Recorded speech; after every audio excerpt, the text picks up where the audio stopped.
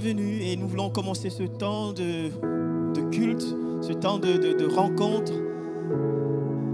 en élevant le nom de notre Seigneur. Amen. Je vous invite, on va se mettre debout ensemble. On va accueillir la présence de Dieu. On va accueillir la présence de Dieu. Et on va appeler le souffle du Saint-Esprit de venir, de souffler en nous ce matin. Si nous sommes là, c'est parce que nous voulons être ressourcés, nous voulons être renouvelés par la présence de notre Seigneur. Et il le fait au travers de son esprit. Amen. Et alors que l'équipe de louange va nous conduire dans ce chant, je vous invite simplement à le proclamer comme étant une prière. Alléluia. Alléluia. Alléluia.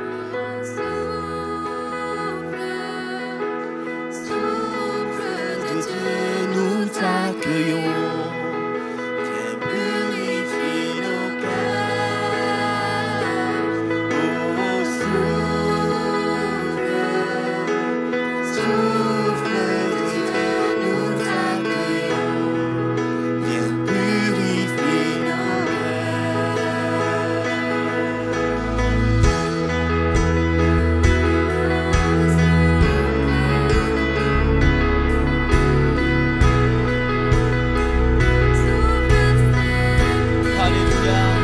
Appelle le souffle de Dieu ce matin dans ta vie. Invoque le souffle de Dieu dans ta vie ce matin pour que tu sois renouvelé, que tu sois ressourcé dans la présence de Dieu. Purifier nos cœurs, oh souffle, souffle de Dieu, nous t'accueillons. Viens purifier nos cœurs.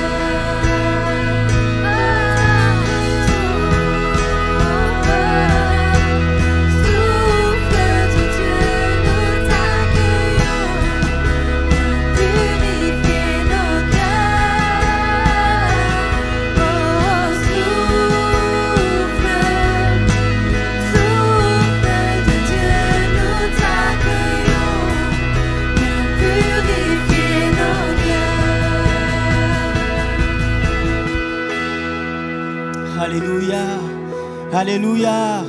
Est-ce qu'on peut louer le Seigneur? Élève ta voix là où tu es. Commence à louer le Seigneur maintenant. N'attends pas la louange, n'attends pas la musique, mais commence à parler à ton Dieu maintenant. Élevons vers notre Seigneur un bouquet d'adoration. Là où tu es, je veux entendre ta voix. Je veux entendre ta voix d'ici. Ensemble, je veux entendre la voix des enfants de Dieu. Alléluia.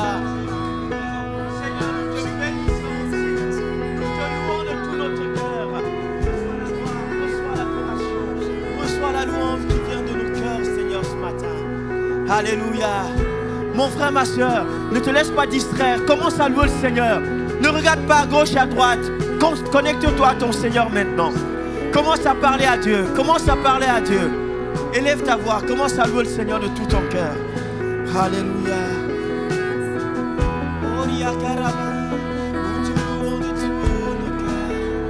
Nous élevons ton nom, Seigneur Jésus. À toi la grâce et l'honneur, Seigneur, ce matin. Je veux honorer ton Saint-Nom. Je veux glorifier ton Saint-Nom, Seigneur. Parce que tu en es digne. À toi l'honneur, Seigneur. Bénis ton nom, élève ton nom, Seigneur. Oria Karabasso. Élève ton nom, Seigneur. Peuple de Dieu, élève ta voix, élève ta voix. N'attends pas une atmosphère, mais crée une atmosphère du ciel. Crée des conditions pour que la gloire de Dieu se manifeste. Là où tu es, élève ta voix maintenant. Loue le Seigneur. Loue le Seigneur. Alléluia. Merci Jésus. Merci Seigneur parce que tu es fidèle. Merci Seigneur parce que tu es digne. Digne de notre louange. Digne de notre adoration, Seigneur. Nous te bénissons ce matin. Oh yeah. Oh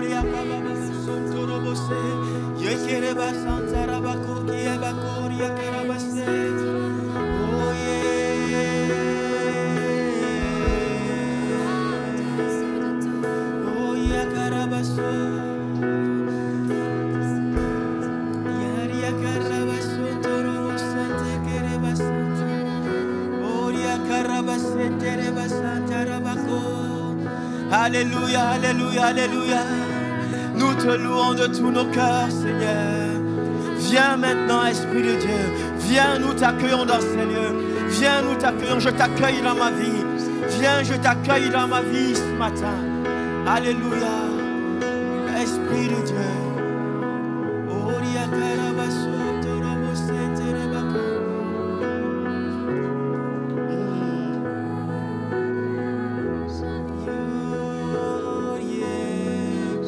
Alléluia, alléluia.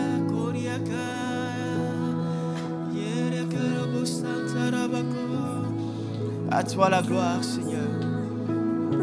À toi la gloire, Seigneur.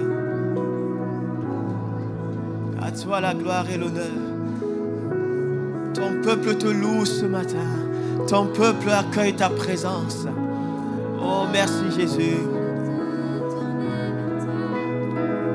Je veux te célébrer ce matin. Je veux célébrer ton Saint-Nom ce matin. Je veux célébrer ton Saint-Nom ce matin. Je veux acclamer ton Saint-Nom ce matin. Alléluia, je veux acclamer ton nom ce matin. Parce que tu en es digne, Éternel.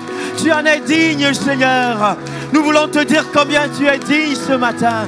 Alléluia, que le peuple de Dieu pousse des cris de joie. Que le peuple de Dieu pousse des cris de joie. Louez l'Éternel avec les cymbales. Louez le Seigneur avec les chants de gloire. Alléluia, alléluia, alléluia, alléluia. Alléluia. Même Dieu, Seigneur, mon âme te loue ce matin. Parce que tu en es digne. Alléluia.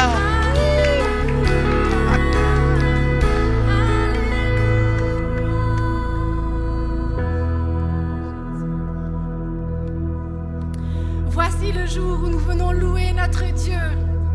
Voici le jour où nous venons célébrer son nom, célébrer qui il est.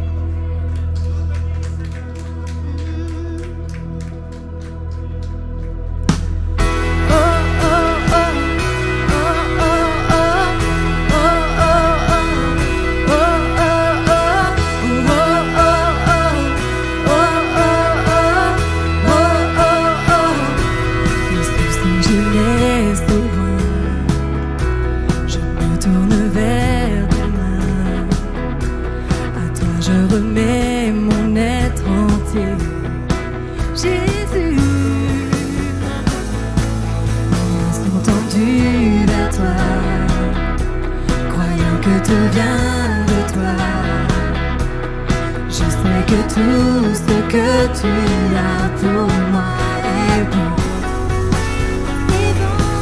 Car voici le jour que tu as fait.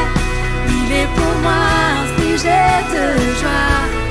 Voici le jour que tu as fait. Il est pour moi un sujet de joie. Non, je n'aurai pas peur pour demain. Mon espérance est en toi, car voici le jour. Oh oh oh, oh oh oh, oh oh oh. Mes craintes je laisse loin. Je ne doute plus de rien. En toi je remets ma volonté, Jésus. Mes mains sont tendues vers toi, croyant que tout vient de toi. Je sais que tout ce que tu as pour moi est bon, si bon. Car voici le jour que tu as fait. Il est pour moi un sujet de joie. Voici le jour que tu as fait. Il est pour moi un sujet de joie. Non, je n'aurai pas peur pour demain. Mon espérance est en toi, car voici le jour. Oh oh oh, oh oh oh, oh oh oh. Je célèbre son nom, toujours et à jamais. Et levons nos voix pour notre Dieu. Pour toi, Seigneur, je vivrai. Fondé sur ta vérité. Fondé sur ta vérité. Oh, pour toi, Seigneur. vivrai. Pour toi, Seigneur, je vivrai. Fondé sur ta vérité, oh sur ta vérité. Car voici le jour que tu as fait. Il est pour moi un sujet de joie. Voici le jour que tu as fait. Il est pour moi un sujet de joie. Non, je n'aurai pas peur pour demain. Mes craintes sont entre tes mains. Je te suivrai sur le chemin. Mon espérance est en toi. Car voici le jour. Voici le jour. Car voici le jour. Voici le jour. Voici le jour. Mon âme bénit l'Éternel. Oh Jésus, nous chantons que tu es bon. Alléluia. Oh, oh, oh, oh, oh, oh, oh, oh, oh. Ensemble. Oh, oh, oh, oh,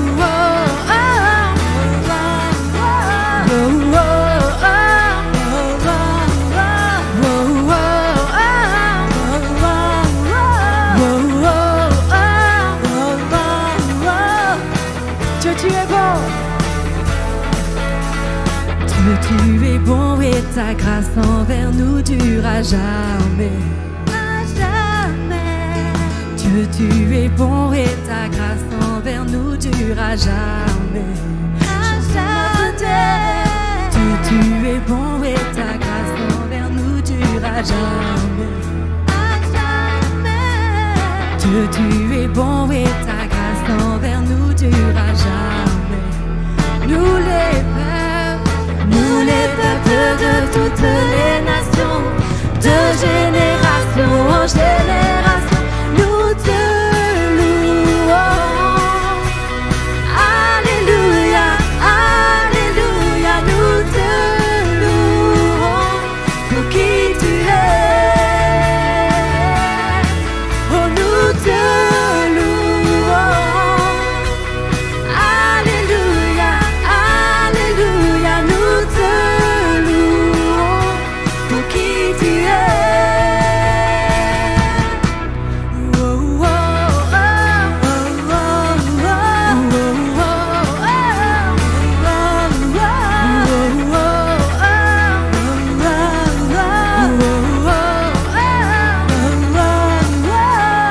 Dieu, tu es bon et ta grâce envers nous durera jamais. Dieu, tu es bon et ta grâce envers nous durera jamais. Chantons ses louanges. Dieu, tu es bon et ta grâce envers nous durera jamais. À tout jamais. Dieu, tu es bon et ta grâce envers nous durera jamais.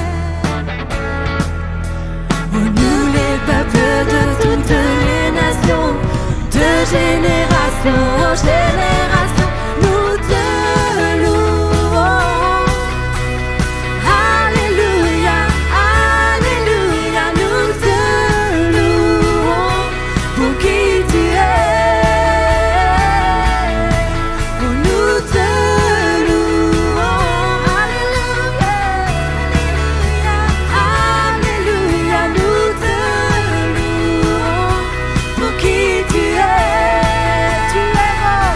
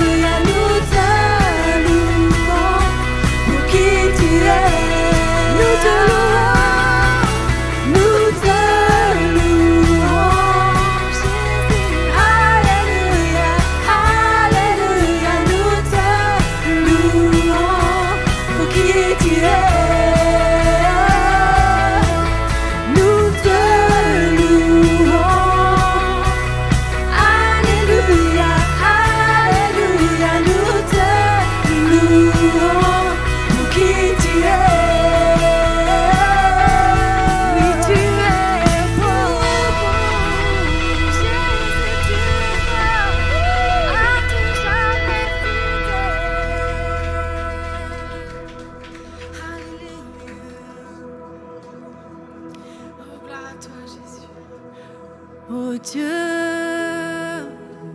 tu es grand. Nous chantons, oh Dieu, tu es grand. Et tous verront, oh Dieu, combien tu es grand. Tu es grand, oh Dieu, tu es grand. Nous chantons, oh Dieu, tu es grand. Et tous verront, oh Dieu, combien tu es grand. Chantons combien notre Dieu est grand. Oh Dieu, tu es grand. Nous chantons, oh Dieu, tu es grand. Et tous verront, oh Dieu, combien tu es grand. Le plus grand des noms, le plus grand des noms, nous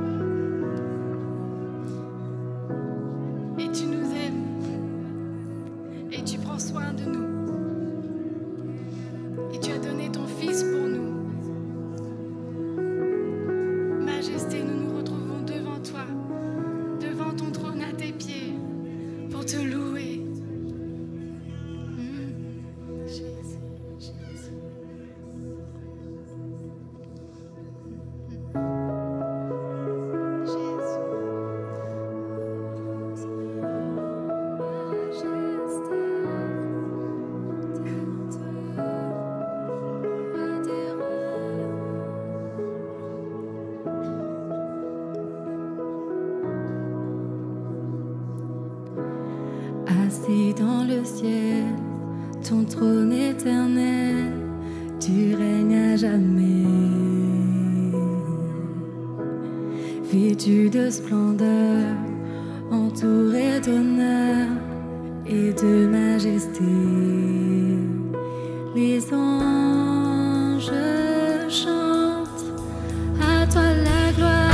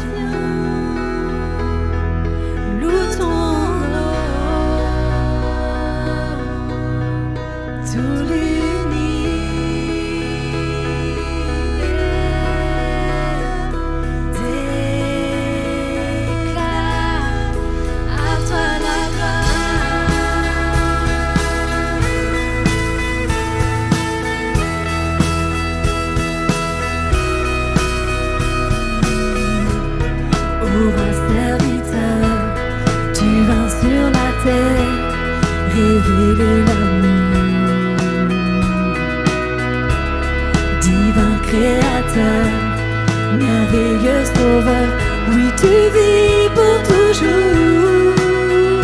Tes enfants chantent ton majestueux, souverain,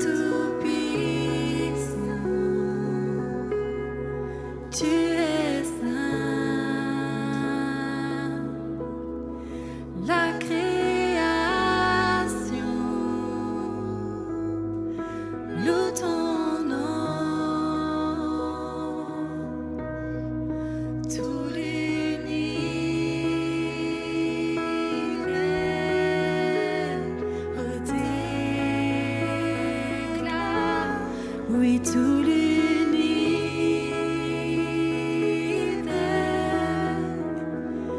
déclare à toi la gloire, à toi la gloire, Dieu. Alléluia.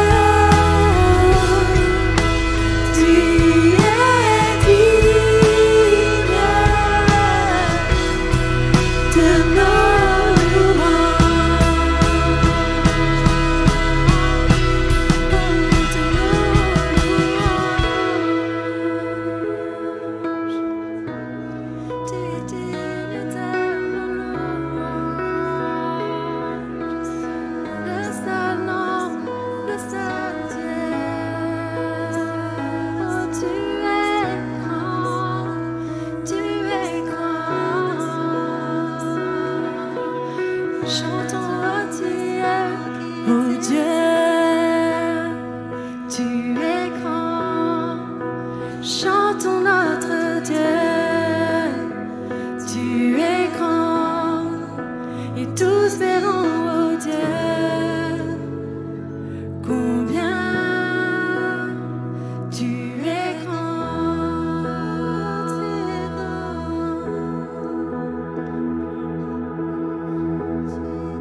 Jésus, nous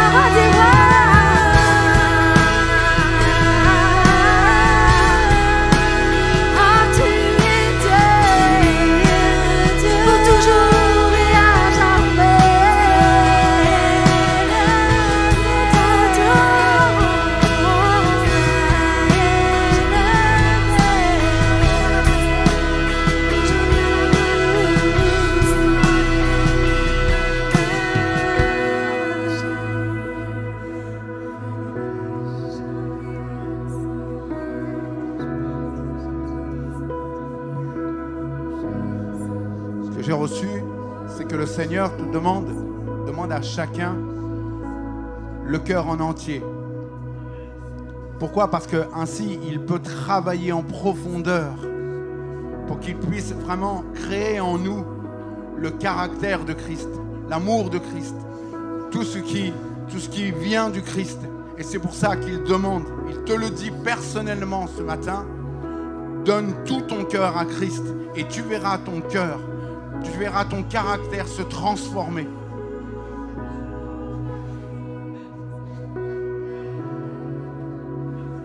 Le Seigneur me montre un fleuve ce matin et c'est le fleuve de Dieu qui est là.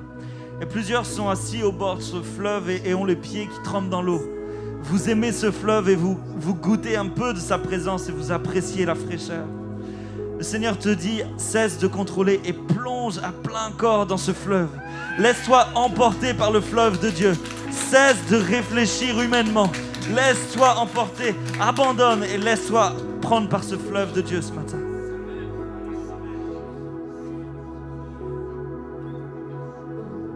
Le Seigneur m'a montré qu'il y a quelques gens, quelques-unes, je ne sais pas, qui ont un problème dans le cœur, qui a une inquiétude dans son cœur.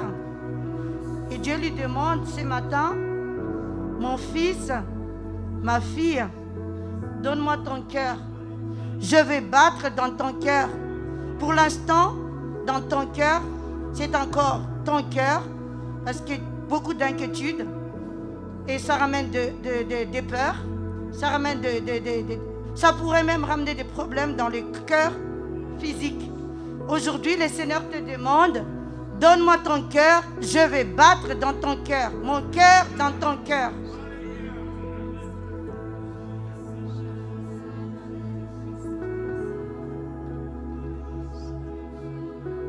Dans les profondeurs des océans, il y a tellement de choses cachées, il y a tellement de choses inconnues, il y a des choses qui ne sont pas découvertes. Dans les profondeurs de ton cœur, c'est la même chose. Dans les profondeurs de ton cœur, il y a tellement de trésors. Laisse-toi envahir complètement. N'aie pas peur de ce que tu vas découvrir, parce que c'est le trésor que tu vas découvrir.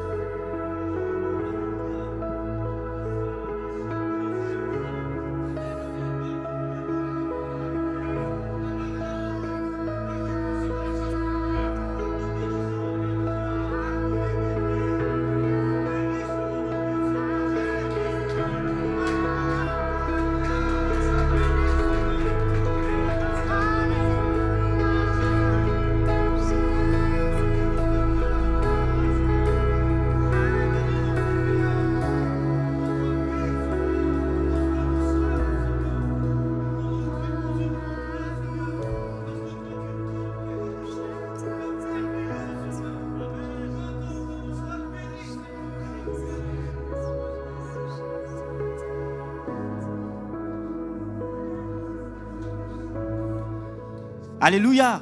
Nous nous réjouissons ce matin de ce temps qu'on est en train de vivre. On veut accueillir tous ceux qui sont là pour la première fois, qui nous rendent visite. Soyez les bienvenus. Alléluia. Soyez vraiment les bienvenus. Je vois ma soeur, je ne vous connais pas.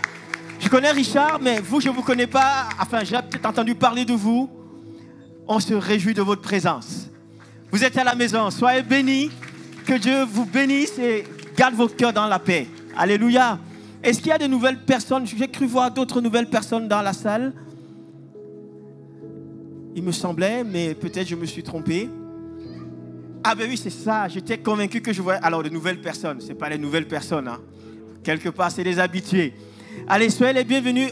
Pas Aurélie, Elodie. Peut me mettre debout. Soyez bienvenus. Et ton mari, c'est...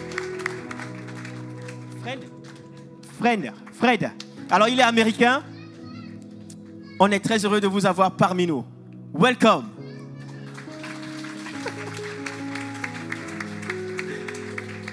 Et on va accueillir aussi le papa et la maman de Michael qui va nous apporter la pensée de Dieu ce matin. Vous les connaissez déjà. Hein?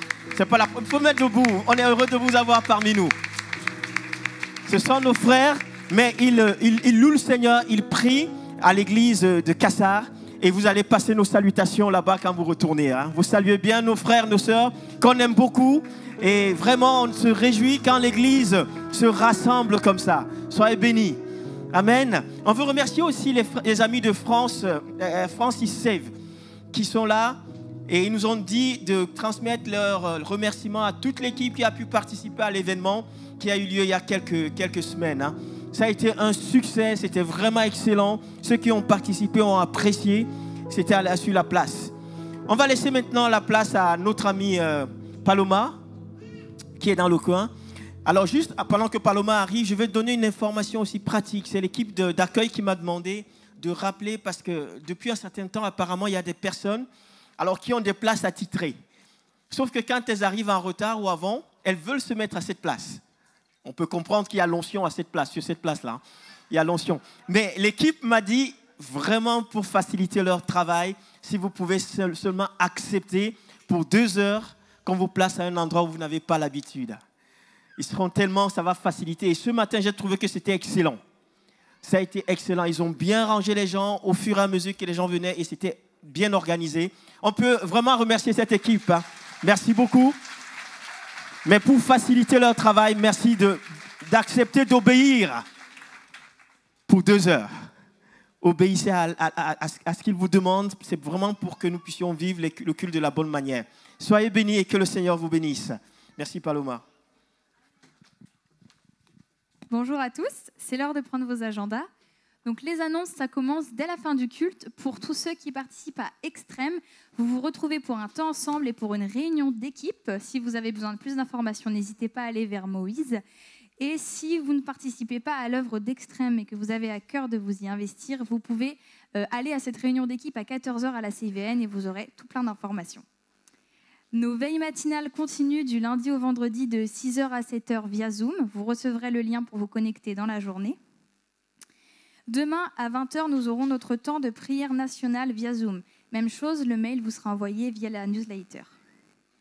Mardi, à 19h30, nous aurons notre réunion de louange et d'intercession ici.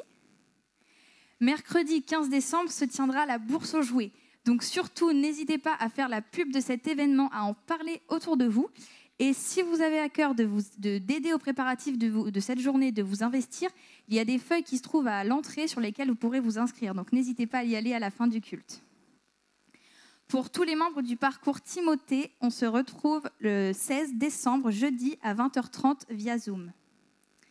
Mesdames, samedi prochain à 9h30, nous aurons notre réunion de femmes ici. Donc notez bien cette rencontre, ça va être des temps où on se bénit ensemble, tout ensemble. Le 19 décembre à 15h30, nous aurons notre service de baptême. Amen. On se réjouit de ces nouvelles naissances. Et pour tous ceux qui ont fait la demande de la carte de membre, les cartes de membres seront remises le culte du 19 décembre le matin. DMCM fait appel à vos dons pour cette fin d'année. Ils ont à cœur d'offrir aux enfants qui sont soutenus dans l'association des cadeaux pour Noël. Et pour ceci, ils font appel à vos dons.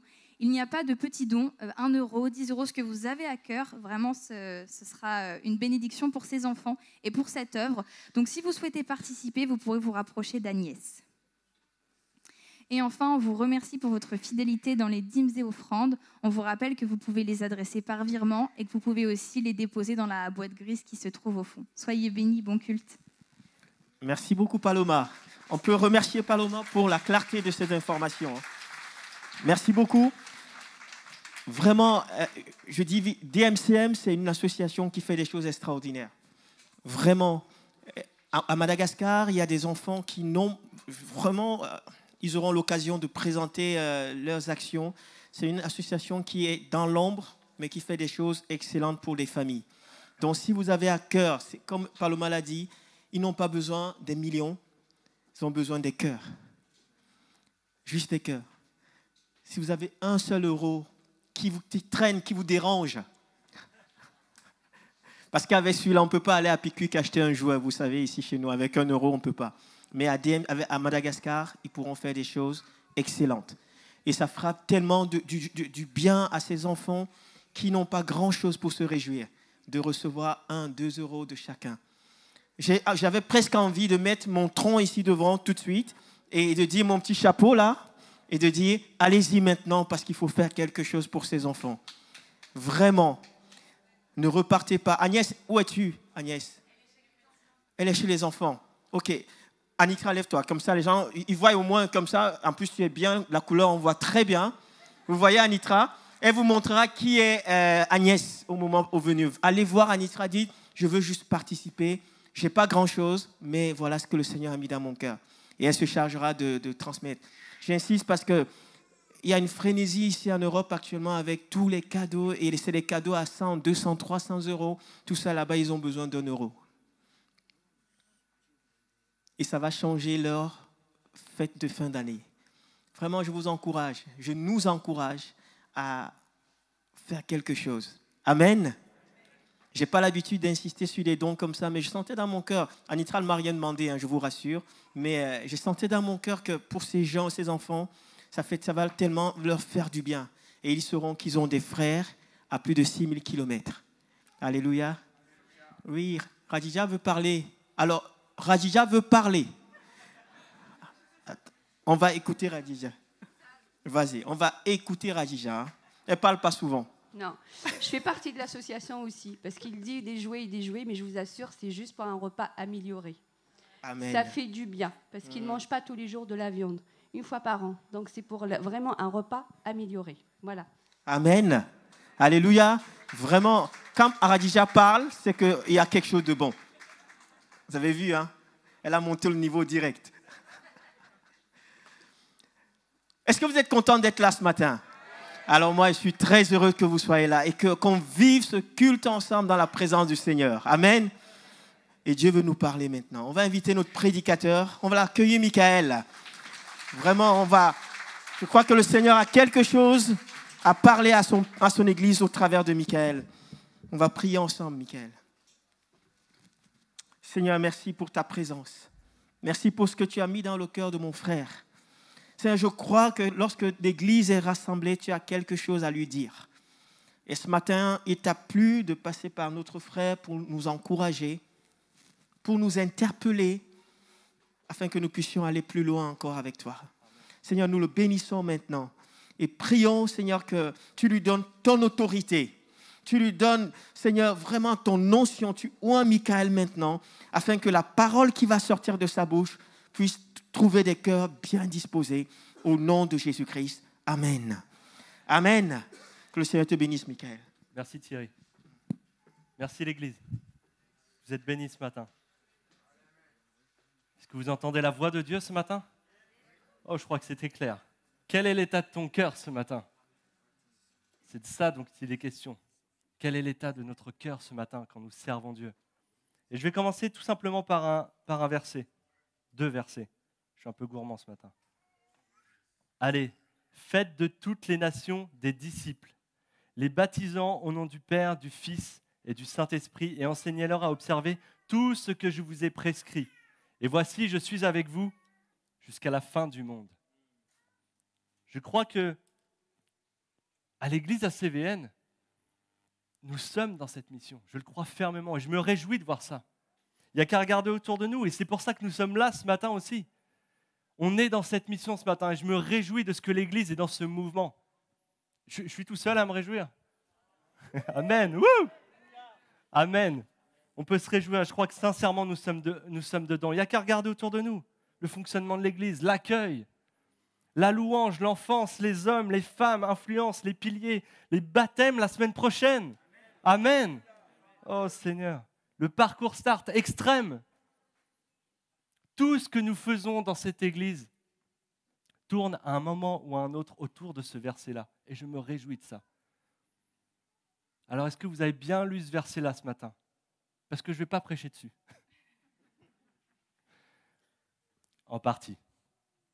Non pas sur la nature de la mission. Je ne vais pas prêcher sur la nature de cette mission. Allez, faites de toutes les nations des disciples.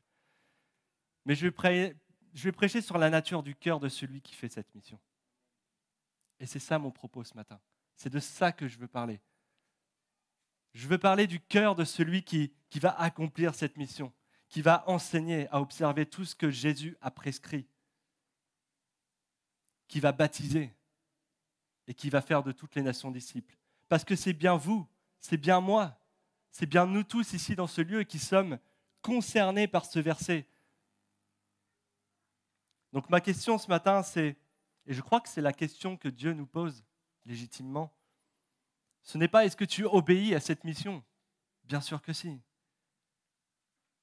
On voit bien où nous sommes dans cette obéissance, mais ce matin, quel est l'état de ton cœur quand tu sers Dieu? Amen. Quel est l'état de ton cœur quand tu sers Dieu?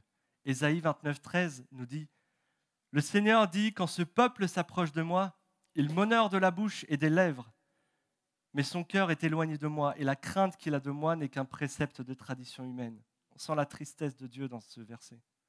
Alors bien sûr, ce texte, il est à prendre avec le contexte qui va avec, bien entendu. Dieu s'adresse au peuple d'Israël dans un contexte qui leur est propre.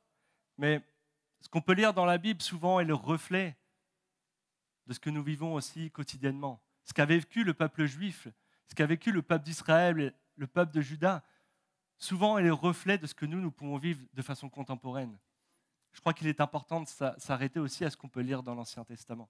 Au-delà de ce que Dieu pouvait prononcer comme parole sur le peuple juif, je crois que de temps en temps, le peuple d'Israël, il est important de pouvoir s'approprier ces paroles. Non pas pour être jugé, mais pour se remettre un peu en question, de dire « Seigneur, quel est l'état de mon cœur quand je te sers ?»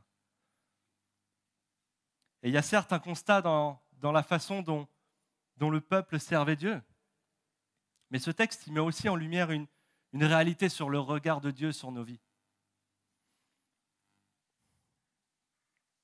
Ce texte il montre que Dieu s'intéresse bien plus au contenu du cœur plutôt qu'à la mission.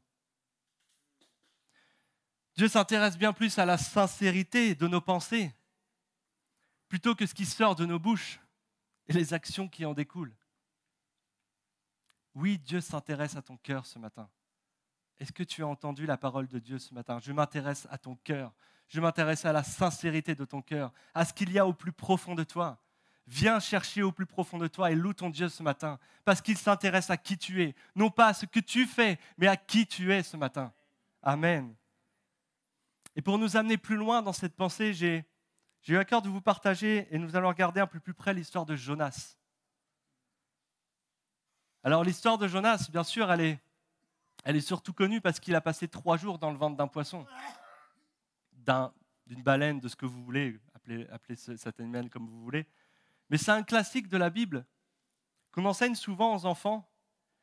Mais dans Jonas, j'aimerais qu'on aille un petit peu plus loin que cette histoire, et qu'on puisse tirer ensemble l'enseignement du caractère de Jonas. Non pas ce qu'il a accompli, mais qui est Jonas.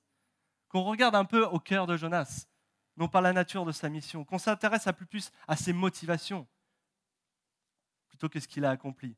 Jonas, c'est un prophète de la Bible qui a vécu aux alentours du 8e siècle avant Jésus-Christ. Donc on est bien loin encore de Jésus. Et pourtant, on est dans une mission d'évangélisation. Et dans la Bible, le livre de Jonas, il tient en 4 chapitres. Et je vous inviterai à relire ce livre chez vous. On ne va pas prendre le temps de le lire ensemble. Et je vous inviterai vraiment à le méditer. Il y a vraiment de très bonnes choses dans ce livre. Comme le reste de la Bible, vous allez me dire. Mais c'est le thème de ce matin et je vous inviterai à le relire ce midi ou ce soir en rentrant chez vous pour que vous puissiez aller plus loin dans ce que moi je vais vous dire et d'inspecter aussi ce que je vais vous dire ce matin. Allez chercher dans la Bible. Et c'est un personnage, Jonas, qui apparaît 3 fois dans la Bible. D'abord, on va le trouver dans 2 Rois, au chapitre 14 et au verset 25. On voit juste son nom apparaître et il prophétise sur un roi, le roi Jéroboam II, pour une reconquête partielle des limites d'Israël. Il apparaît bien sûr dans le livre qui porte son nom dans l'Ancien Testament, et on y trouve un extrait de sa vie avec l'appel de Dieu, son refus de répondre à Dieu, son passage dans le ventre du monstre marin, sa repentance, puis l'accomplissement de sa mission dans la ville de Ninive, où Dieu l'a envoyé. Et pour finir, on va retrouver aussi Jonas dans le Nouveau Testament. Jésus le cite une fois. Jésus le cite comme un signe. Il le compare au temps qui passera dans la terre durant 3 jours et 3 nuits. Et il compare ça à l'engloutissement de Jonas dans le ventre du poisson qui a duré 3 jours et 3 nuits. Donc finalement, tout ce qu'on connaît de Jonas, c'est ce qu'on va trouver dans ces 4 chapitres du livre de Jonas. Et on va regarder un peu plus près de ça. Dans le chapitre 1, Dieu s'adresse à lui et lui demande de se rendre à Ninive. Ninive parce que la méchanceté de la ville est montée jusqu'à Dieu. Jonas, verset 1, chapitre 1, verset 1 à 2. La parole de l'Éternel fut adressée à Jonas en ces mots. Lève-toi, va à Ninive, la grande ville, et crie contre elle, car sa méchanceté est montée jusqu'à moi. Telle était la mission de Jonas. Et la première réaction de Jonas, c'est de se lever et de s'enfuir, à l'opposé. C'est un peu bizarre comme réaction. Il ne discute pas avec Dieu. Il se lève, il se casse. C'est direct. Et le texte nous révèle au verset 3 qu'il veut partir loin de la présence de Dieu. Loin de la présence de Dieu. Il fuit Dieu tout ce qu'il peut.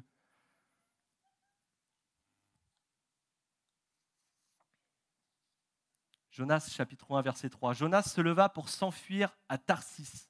Tarsis, c'était l'opposé. C'était le monde le plus loin que connaissait Jonas. C'était vraiment ce qu'il y avait de plus éloigné, loin de la présence de Dieu. Il descendit à Jaffa et il trouva un bateau qui allait à Tarsis. Il paya le prix du transport et s'embarqua pour aller avec les passagers à Tarsis, loin de la présence de Dieu. Mon ami, on ne fuit pas la présence de Dieu. Dieu te rattrapera, quoi qu'il arrive.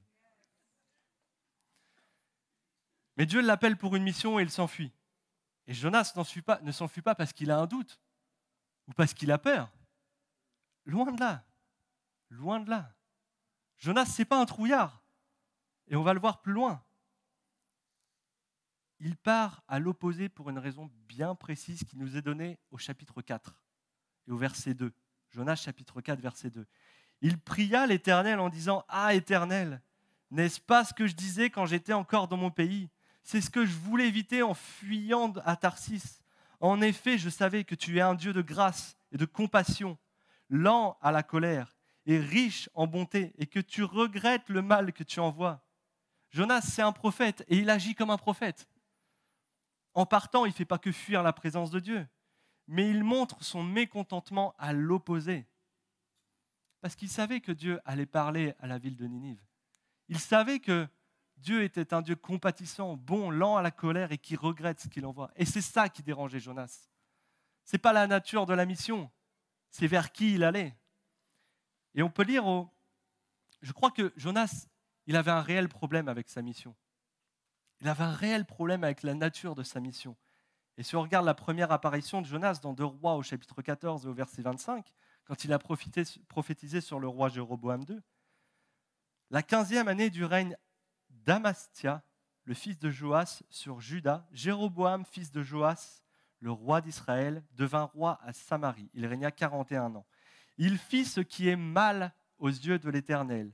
Il ne se détourna d'aucun des péchés de Jéroboam, fils de Nébat, qui avait fait pécher Israël. Il rétablit les frontières d'Israël depuis l'entrée de Hamath jusqu'à la mer Morte, conformément à la parole que l'Éternel, le Dieu d'Israël, avait prononcée par son serviteur Jonas, le prophète, fils d'Amittai de Gath-Hépher. Les 2 fois où on retrouve Jonas dans une position de prophète, par 2 fois, Jonas se trouve dans la position du prophète qui annonce le bien ou qui annonce des victoires à ceux qui font le mal. C'est compliqué comme position de prophète. On préfère quand Dieu nous dit « va voir telle personne pour lui dire qu'il sera prophète des nations ». Mais c'est plus compliqué d'aller voir quelqu'un pour lui dire « Dieu a entendu la méchanceté de ton cœur ». Ou c'est plus compliqué d'aller voir quelqu'un pour lui dire et de lui dire « mais tu fais tellement de mal, mais pourtant Dieu te dit tu vas avoir la victoire ». J'imagine même pas le sens des prophéties de Jonas, ou comment il s'est adressé à Jéroboam. Mais je crois qu'on peut comprendre et interpréter assez facilement la réaction de Jonas quand Dieu vient lui demander d'aller à Ninive pour porter un message. Vraiment, Seigneur, j'en étais sûr, je savais que tu leur ferais grâce. Tu es un Dieu bon, riche en bonté, qui regrette le mal que tu envoies. Tu me fais prophétiser sur Jéroboam II, comme quoi il va gagner des batailles et reconquérir des territoires perdus, alors que c'est le pire roi d'Israël qu'on ait eu. Ce roi qui fait n'importe quoi, et je dois prophétiser dessus pour sa réussite. Ça n'a aucun sens. Et puis cette fois, tu veux m'envoyer à Ninive, mais tu vas encore les pardonner, c'est pas possible. Où est ta colère, Dieu, sur mes ennemis? Parce que Ninive, c'était les ennemis du peuple d'Israël, c'était les ennemis de Jonas. Dieu est un Dieu de compassion. Dieu est un Dieu de compassion. Entends ça ce matin. Peu importe ce qui a pu être dit sur ta vie, Dieu est un Dieu de compassion. Dieu est un Dieu d'amour qui cherche le pardon, qui cherche ton cœur, qui cherche l'état de ton cœur. Et Jonas, il dit, mais hors de question, regarde-moi bien faire. Je vais prendre un bateau jusqu'à Tarsis et je vais aller à l'opposé. Regarde-moi faire. Et on connaît la suite. Hein. Ça ne lui a pas réussi, le gars. Et cet exemple et la réaction de Jonas, elle m'amène à quelque chose de très simple. Une question qu'on peut se poser ce matin. Quel est notre Ninive? Quel est notre roi Jéroboam vers qui on refuse d'aller? Quel est l'état de notre cœur dans notre vie avec Christ? Quel est l'état de notre esprit? Quel est notre état d'esprit, dans notre vie avec Christ? Pas seulement dans l'Église, mais en dehors de l'Église. Et oui, c'est plus facile d'entendre Dieu ou bien de trouver la motivation dans la prière et le jeûne quand il s'agit de nous, ou bien quand il s'agit de savoir quels sont les plans de Dieu pour ma vie. Est-ce que Dieu n'est pas simplement en train de nous dire, mais va à Ninive, va voir le roi Jéroboam II pour lui dire la victoire qu'il a. C'est pas ça que je voulais, Seigneur. Et pourtant, Dieu parle. Dieu parle et parfois il nous donne des directions qui peuvent parfois être dures. Dieu parfois nous dit, va à Ninive, va parler à ton Jéroboam, annonce-lui la victoire. Va dans un endroit où tu as été asservi. Va dans la maison de celui qui t'a maltraité. Va lui annoncer le message de la repentance. Va vers celui qui rejette complètement Dieu. Va vers celui qui fait tout ce qui est contraire à Dieu. Mais Seigneur, ce n'est pas juste. C'est pas juste, Seigneur. Ce sont des pécheurs. Et pourtant, Dieu recherche le cœur de celui qui est loin de lui. Dieu recherche le cœur avant toute chose, non pas ce que tu fais, non pas ce que ton frère peut avoir fait, non pas ce que notre cher gouvernement peut avoir fait, mais Dieu recherche le cœur de chaque homme politique dans ce pays. Dieu le cherche. Est-ce que nous serons des messagers pour eux? Et quel est l'état de notre cœur quand nous irons les voir? Est-ce que nous allons prêcher l'amour, le pardon, la bienveillance? Ou est-ce que nous irons de ceux qui vont à reculons, ou qui refusent d'y aller, parce qu'ils ont fait tant de mal? Mon ami, on n'est pas plus juste qu'eux. Seul Dieu justifie. Amen. Sommes-nous aussi zélés pour prier pour le reste du monde que nous le sommes pour nos amis, nos frères, nos sœurs?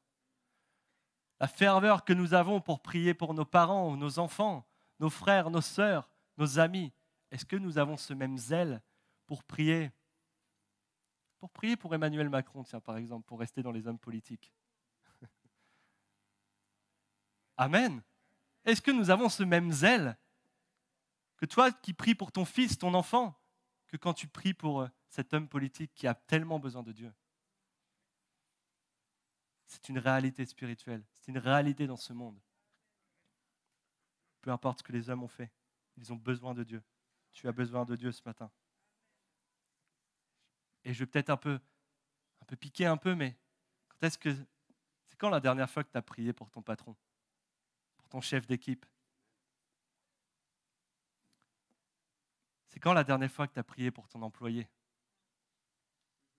C'est quand la dernière fois que tu as prié pour ce gars syndiqué là qui vient taper à ta porte? Ouais.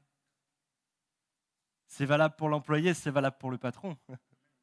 Amen. Qu'en est-il de ce SDF qui va rentrer dans ce lieu et qui n'aura pas eu d'autre choix que de dormir dehors? Est-ce qu'il va y avoir un cercle autour de lui à cause de l'odeur? Ou est-ce qu'on sera capable d'aller prier avec lui, d'aller le bénir? Qu'en est-il de cet homme qui va rentrer dans l'église avec un lourd passé? Cet homme qui un soir, alcoolisé, avait pris le volant de sa voiture et a tué un adolescent sur son scooter. Comment on va réagir face à cet homme qui va rentrer dans l'église avec ce lourd passé? Est-ce que c'est cette image qu'on aura en tête? Et si les parents sont dans ce lieu? C'est compliqué. Je l'avoue. C'est très compliqué. C'est très compliqué pour moi. Je sais que ça l'est aussi pour vous.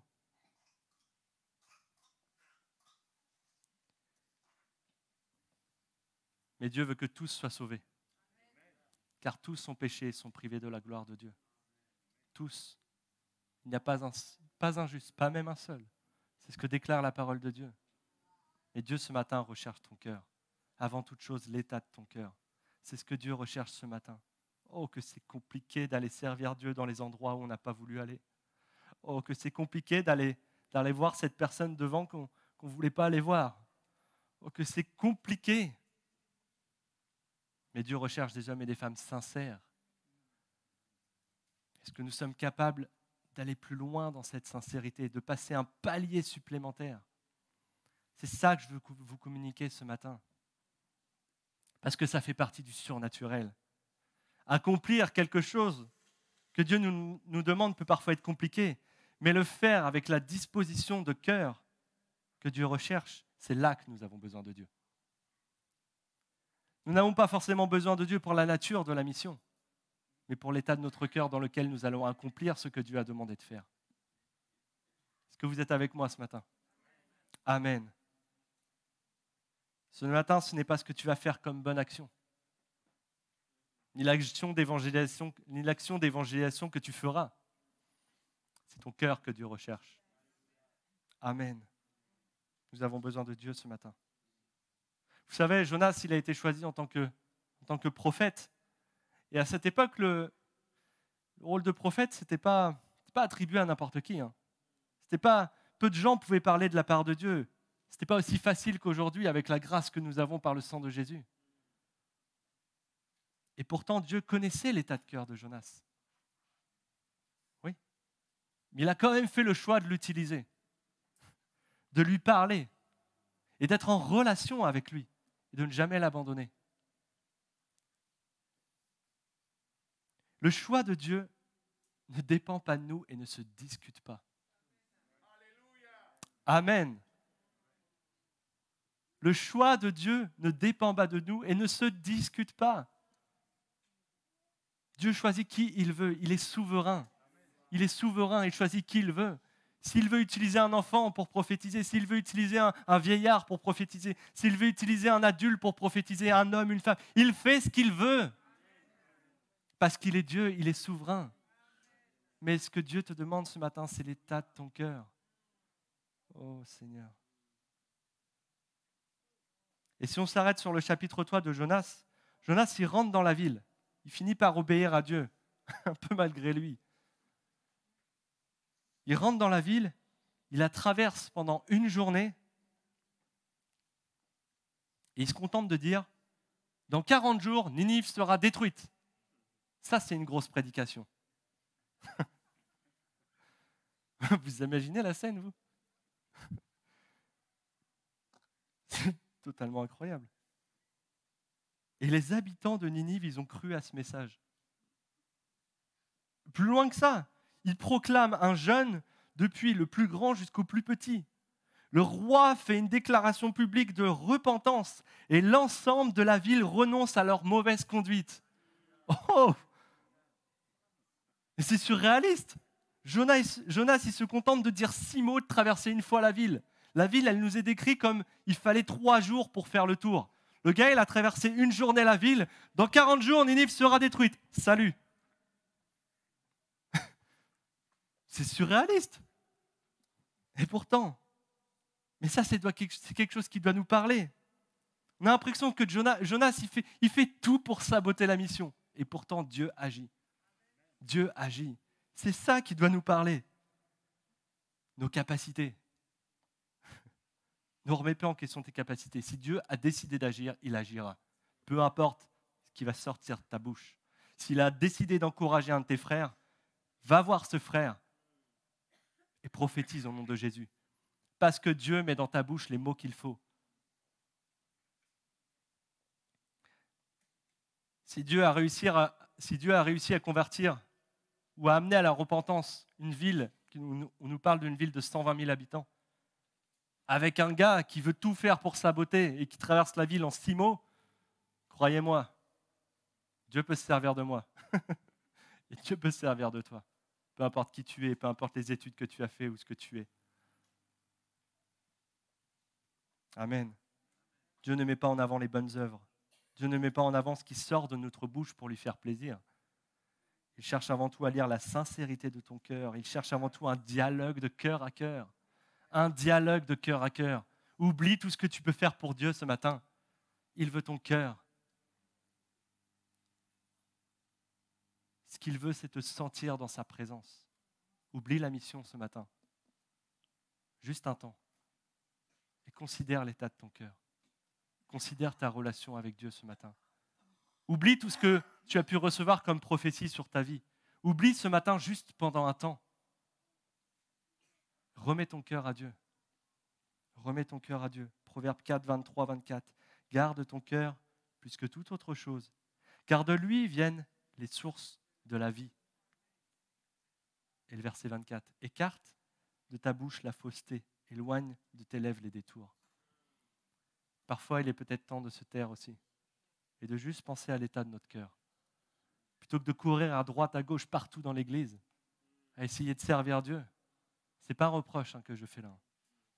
Mais parfois, il est nécessaire de se poser la question, non pas sur la nature de la mission, mais sur l'état de celui qui l'accomplit. Est-ce que l'état de mon cœur est bon ce matin? Est-ce que dans mon service, je suis disposé à servir Dieu de façon la plus sincère, en y allant jusqu'au bout, mais de la façon la plus sincère, en ayant Dieu à mes côtés? Est-ce que tu entends Dieu ce matin? Est-ce que tu entends Dieu ce matin te parler? En préparant ce message, je fais un aparté, j'ai reçu une parole pour quelqu'un. Je ressentais quelqu'un dans son cœur qui disait, mais moi je suis même pas comme Jonas, je suis incapable ne serait-ce que d'entendre Dieu.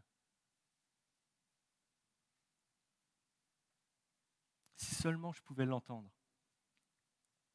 Pourtant je prie, je lis ma Bible, je vais à l'église, je cherche Dieu, mais je ne l'entends pas. Ce matin, Dieu te dit, le problème, ce n'est pas seulement tes oreilles qui sont bouchées, mais c'est aussi la position dans laquelle tu te tiens. Tu es recroquevillé sur toi-même, la main sur tes oreilles, les yeux fermés. Le problème, c'est que dans ton introspection, à chercher Dieu, tu t'es coupé du reste. Dieu t'interpelle ce matin sur l'état de ton cœur par rapport à ton frère ou à ta sœur. Dieu t'interpelle ce matin, non pas à l'état de ton cœur pour toi-même, mais à l'état de ton cœur sur le regard que tu as sur tes frères et sœurs. Regarde autour de toi, tu n'es pas seul. Regarde autour de toi, tu n'es pas seul ce matin. Dieu te dit, sors de ton introspection. Je veux te parler. Mais parfois, te parler, ça sous-entend écouter ton frère qui est à côté. Je ferme mon aparté. Vous savez, Jonathan Fleury, dimanche dernier, il a prêché sur la reconquête du surnaturel. Merci, Jonathan, pour ce message. Oh, c'était bon. Ça nous a remis d'équerre sur ce qui se passe dans le monde spirituel, sur ce que nos yeux voient, sur notre état de cœur aussi, et à qui on appartient, que nous sommes fils et filles de Dieu. Mais une chose m'a particulièrement interpellé dans son message. Arrête-moi si je me trompe, surtout. Il disait, nous sommes l'Église.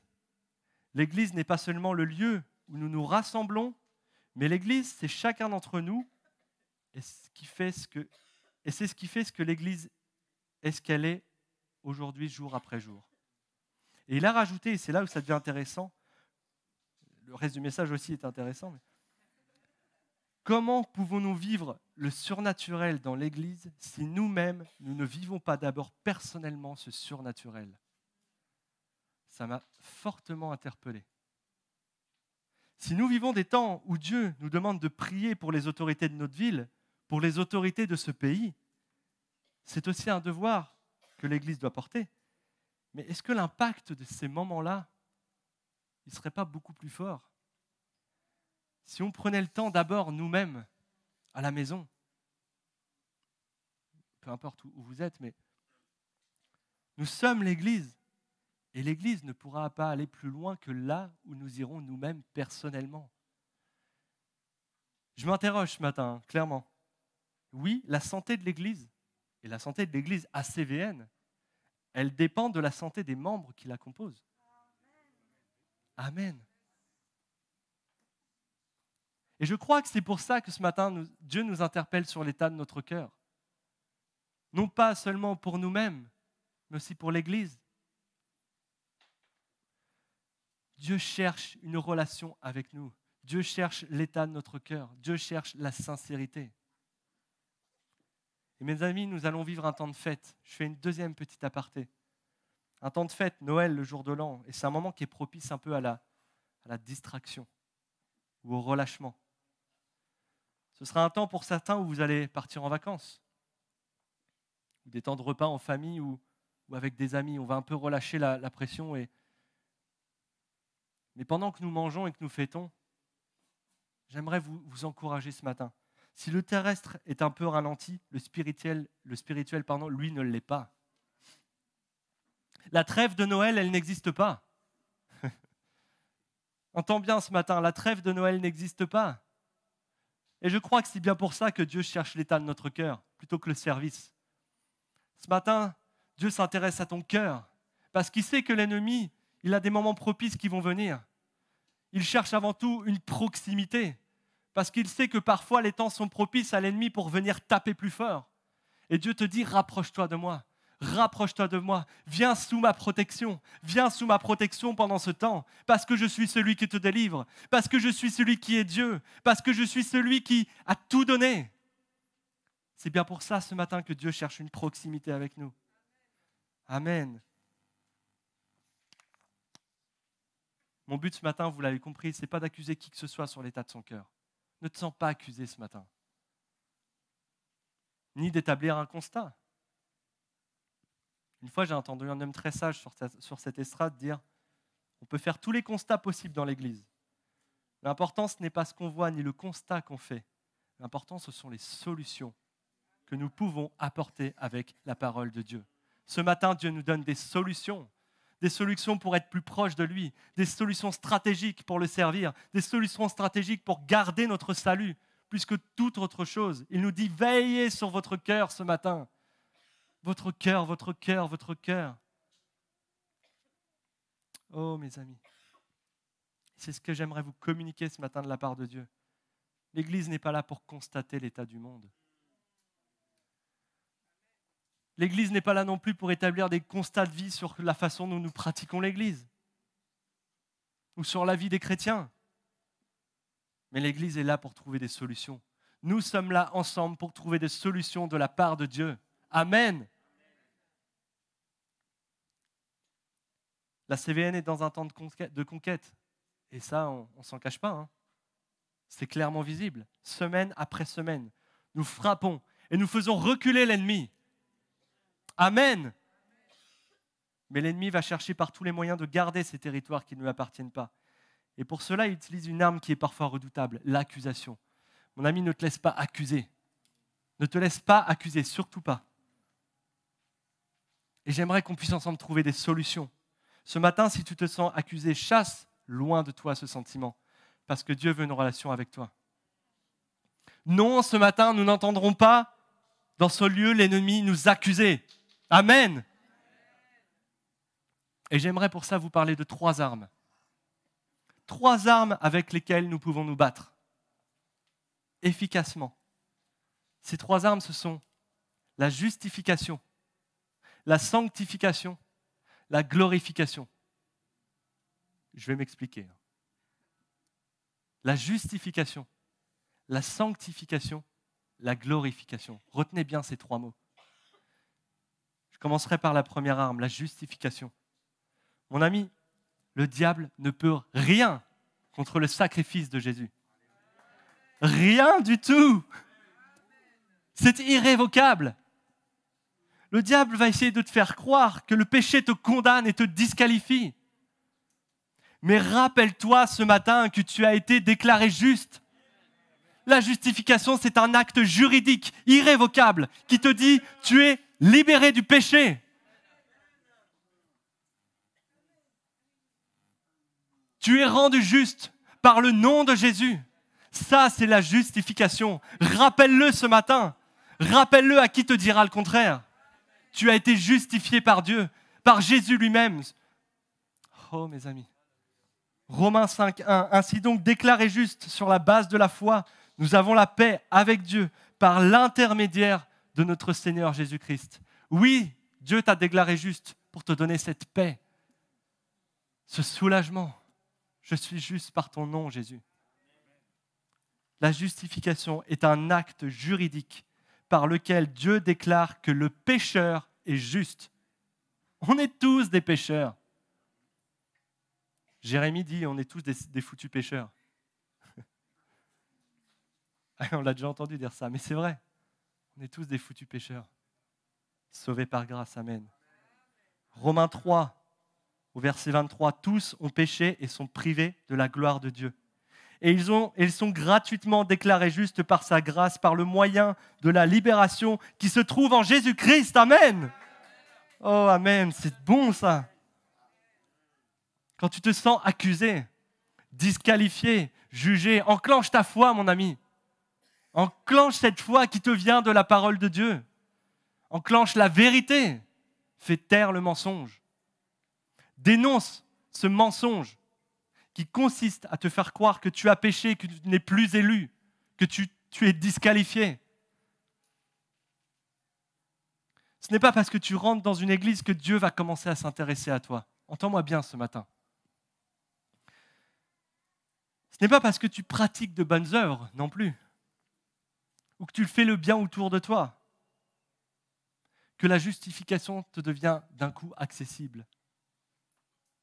Et ce n'est pas non plus parce que tu n'as jamais prié, ou que tu sèmes le chaos autour de toi, ou que tu as pu faire les pires choses qu'un homme ou qu'une femme puisse commettre, que la justification est accessible. La justification, elle ne dépend pas de toi. C'est fait. C'est fait. La justification est là. Tu as été rendu juste par le sang de Jésus. Tu n'es pas juste, mais Dieu t'a rendu juste. Oh, ça, c'est incroyable. Et ça, c'est une arme contre l'ennemi. Et je voudrais parler de cette deuxième arme, la sanctification. Si Satan n'arrive pas à jouer sur la justification, il va essayer de revenir sur un autre terrain, le terrain de la sanctification. Il va essayer de te faire tomber par ce biais-là. La sanctification, c'est l'avancement progressif pour se sortir de l'emprise du péché sur notre vie. Oui, tu as été rendu juste, mais j'ai des yeux pour voir. Hein. Le péché, il agit. Le péché est toujours présent dans le monde. Mais la sanctification est une arme pour nous libérer de façon progressive de ce péché, pour nous libérer des conséquences de ce péché. Ça, c'est l'arme de la sanctification. La sanctification nous permet de façon progressive d'être libérés du pouvoir du péché. Il est de notre responsabilité de nous sanctifier. Là, par contre, il y a une part qui nous incombe. Là, il y a une part qui... La sanctification, tu as ta part de responsabilité. Amen. Oh, il n'y a que Thierry qui a dit Amen. Merci Thierry. Amen. La sanctification, c'est la zone présente dans laquelle l'ennemi essaye de s'engouffrer et parfois il y arrive. Il va chercher par tous les moyens à te faire retomber dans les travers pour lesquels on est un peu faible, vous savez. Mais il est de notre devoir de rester éveillé et de prier. Luc 21, 36. Restez donc en éveil, priez en tout temps, afin d'avoir la force d'échapper à tous ces événements à venir et de vous présenter debout devant le Fils de l'homme. Oh, merci Seigneur. Amen. Amen.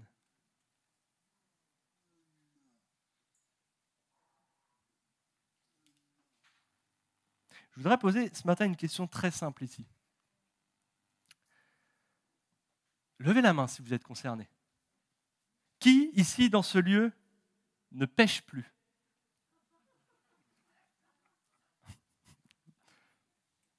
Qui, ici, dans ce lieu, n'a commis aucun péché depuis sa conversion?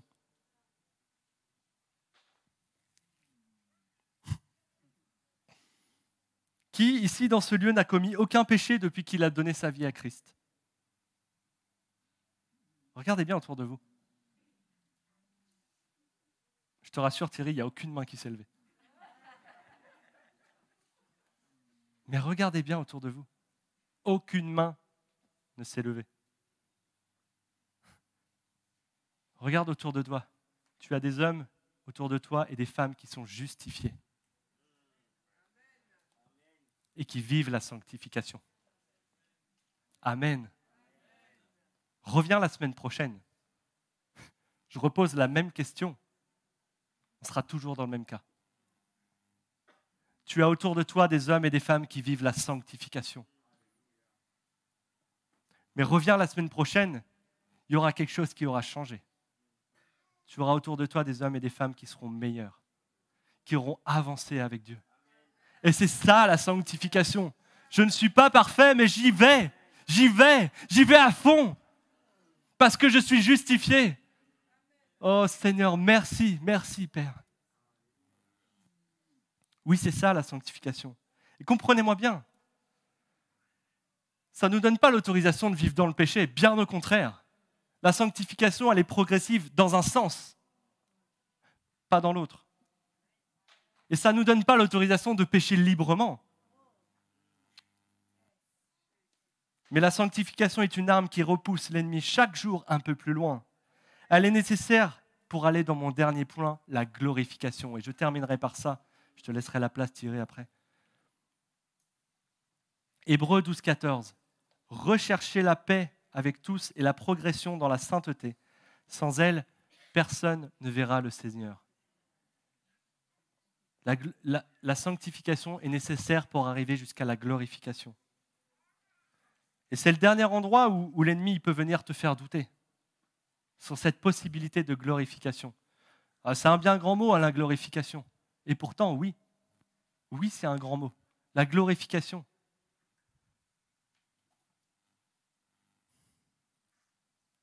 Ne laisse pas l'ennemi semer le trouble sur la victoire. Ce matin, je vais vous dire une vérité. Jésus va revenir. Jésus reviendra. Et nous serons rendus semblables à lui. Tel que nous le verrons lui. Parce qu'il est Dieu. Ça aussi, ça paraît surnaturel. Oui, c'est surnaturel. Heureusement que mon pasteur est là pour me corriger. Oui, c'est surnaturel. La glorification. Et pourtant, l'ennemi parfois tente de nous faire douter. Et c'est ce que disait Jonathan la semaine dernière. Ça a commencé par là dans la Genèse et parfois ça peut finir par là aussi. Dieu a-t-il réellement dit? Es-tu bien sûr de ton salut ce matin? Oh, Satan, va-t'en bien loin de moi. Parce que mon salut a été justifié.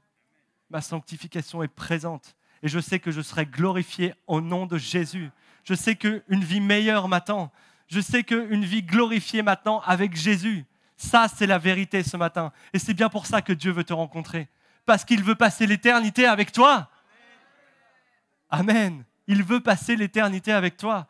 Peu importe ce que tu as fait, peu importe qui tu es, peu importe si c'est la première fois que tu viens dans ce lieu.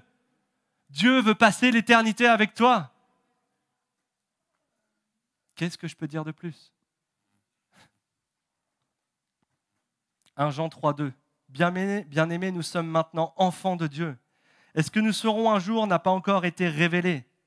Mais nous savons que lorsque Christ apparaîtra, nous serons semblables à lui parce que nous le verrons tel qu'il est. Quelle espérance de savoir que nous vivons ici-bas. C'est temporaire. Quelle espérance que même les joies les plus grandes que nous pouvons vivre ici ne sont incomparables par rapport à la glorification que nous aurons avec Dieu. Prends cette espérance ce matin, emmène-la avec toi. Sors de ce lieu avec cette espérance que Dieu veut passer l'éternité avec toi. et que Dieu veut ton cœur ce matin. Amen. Soyez bénis ce matin. Je vais terminer mon message ici. Gardez cette pensée que Dieu cherche avant tout l'état de notre cœur. Gardez cette pensée qu'avant tout, Dieu ne recherche pas fatalement un service.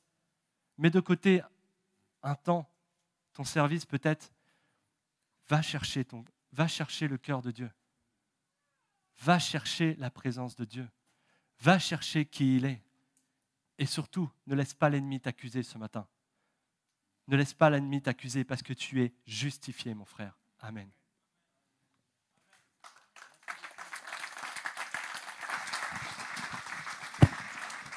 Merci beaucoup, Michael. Vraiment, on doit t'honorer parce que tu as bien travaillé. Merci. Michael, c'est un très bon prédicateur. Hein. Ce n'est pas la première fois. En tout cas, on est bénis parce qu'on n'a que des bons prédicateurs, les uns après les autres. Et je dois apprendre d'eux. Hein. Ils m'apprennent beaucoup de choses. Je rigole parce qu'avant-hier, il y a quelqu'un qui m'a demandé de faire une prédication et j'ai soumis ça à Jonathan et Michael. Il dit, corrigez-moi les fautes parce que là, et ils ont commencé à me corriger. Ils me disent, ah là, il ne faut pas dire ça. Ça fait du bien d'être comme ça avec les frères. Amen. Ça, c'est bien ça. On aime ça à la CVN. Quand on travaille les prédications, on partage ensemble, on échange nos convictions, on discute ensemble. Et c'est comme ça qu'on grandit aussi ensemble. Amen. C'est une bonne chose. Et je bénis le Seigneur ce matin parce qu'il nous rappelle encore des choses essentielles. La grâce de Dieu. Quand en 1715 ou 1700, je ne sais plus la date exacte de la réforme, mais je me rappelle que c'est 1717, je ne sais plus exactement, 1718, quand Luther découvrait que seule la grâce nous sauve. Mes amis, quelle révélation on a pu avoir, seule la grâce. Il écrivait ses 5 thèses, sola gratia. Et quand j'entendais Michael parler, je disais, oh Seigneur, si seulement l'Église, les chrétiens pouvaient se rappeler qu'un jour, Dieu lui-même a donné cette révélation à un homme pour que les choses changent aujourd'hui. On ne prendrait pas la grâce à la légère. La grâce. C'est devenu un mot dévoyé dans l'Église. C'est devenu un mot que chacun place comme ça, à tout bout de champ. La grâce, la grâce, la grâce. Mais si seulement on se rappelle chaque jour que la grâce a coûté la vie de Jésus. Lui, il est mort à la croix. La grâce n'est pas bon marché. La grâce n'est pas bon marché. Alléluia. C'est un privilège qu'on a. Et Michael l'a dit, on peut venir parce qu'on est justifié. On peut vivre la sanctification progressive. Parce qu'un jour, Christ nous a sanctifiés d'une manière définitive. Il nous a mis à part un jour. Et maintenant, nous devons vivre la sanctification progressive. Pourquoi? Pour arriver à cette glorification. Où nous allons nous regarder, on va se reconnaître.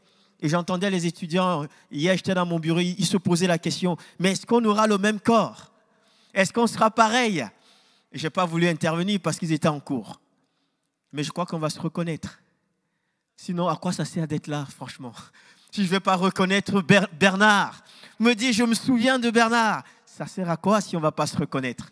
Je crois qu'on va se reconnaître, mais je crois que le corps sera glorifié. Alléluia, on aura plus ce corps avec les boutons de partout, vous savez, ces choses qui nous fatiguent. Mais on aura un corps qui sera glorifié. Alléluia, amen. On pourra se reconnaître. Oh, la grâce de Dieu, c'est aussi ça la grâce. La grâce te responsabilise, ça me responsabilise. J'aimerais que tu partes avec ça. La grâce de Dieu nous responsabilise. C'est peut-être pour ça que j'étais tout seul à répondre tout à l'heure. La grâce nous responsabilise. Ce n'est pas le coussin de la paresse. La grâce de Dieu n'est pas l'autoroute pour faire n'importe quoi. La grâce nous responsabilise. Amen. Vraiment, repartons avec ça dans les cœurs. Gardons ce qu'on a reçu ce matin. Surtout, ne laissons plus de place à Satan quand il vient nous susurrer des choses. Rappelons-le que nous sommes justifiés. Amen. Ne lui laissons plus de place. Repartons encouragés, repartons boostés. Et que dans les jours qui viennent, on soit les porteurs de bonnes nouvelles là où nous sommes. Amen. Seigneur, je te bénis ce matin pour ta parole. Je te bénis pour le culte qu'on a vécu ensemble. Seigneur, je prie que tu bénisses les familles que nous représentons. Et s'il y a des malades parmi nous, Seigneur, que tu fasses grâce. Que tu les guérisses maintenant au nom de Jésus. Seigneur, nous te prions, Seigneur, que pendant toute cette phase, cette période qui s'enclenche devant nous, cette période de fête, oui, tu as fait la fête et tu nous invites à faire la fête avec toi. Seigneur, nous voulons pas simplement fêter la naissance d'un petit enfant, mais nous voulons fêter et la naissance du petit enfant, mais nous voulons fêter la mort et la résurrection de Jésus-Christ.